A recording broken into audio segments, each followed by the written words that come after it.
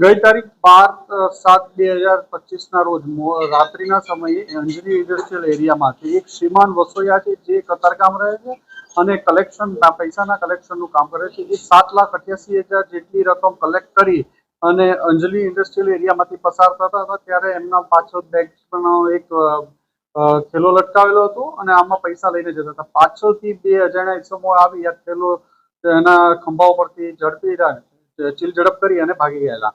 શ્રીમાન વસોયા એની પાછળ એનો પીછો કરતો જાય સતત અને આગળ જતા એમને બંને પાછા સામસામા ભેગા થઈ ગયા. એને બાઇક ઉપરથી નીચે ઉતરી અને શ્રીમાન વસોયાને ચપ્પુ પણ મારી દીધું અને ત્યાંથી નાસી ગયેલા હતા.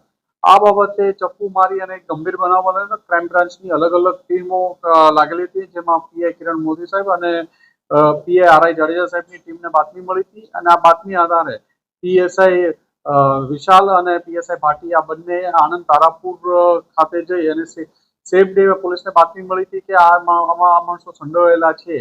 એ બાતમી આધારે ક્રાઇમ બ્રાન્ચની ટીમ 48 કલાક જેટલું સતત આણંદ જિલ્લાના તારાપુર તાલુકામાં રહેલી અને બંને જે શંકાસ્પદ ઇસમો હતા જસપાલ ઝાલા અને વિજય પરમાર આ બંનેને ઝડપી પડ્યા હતા.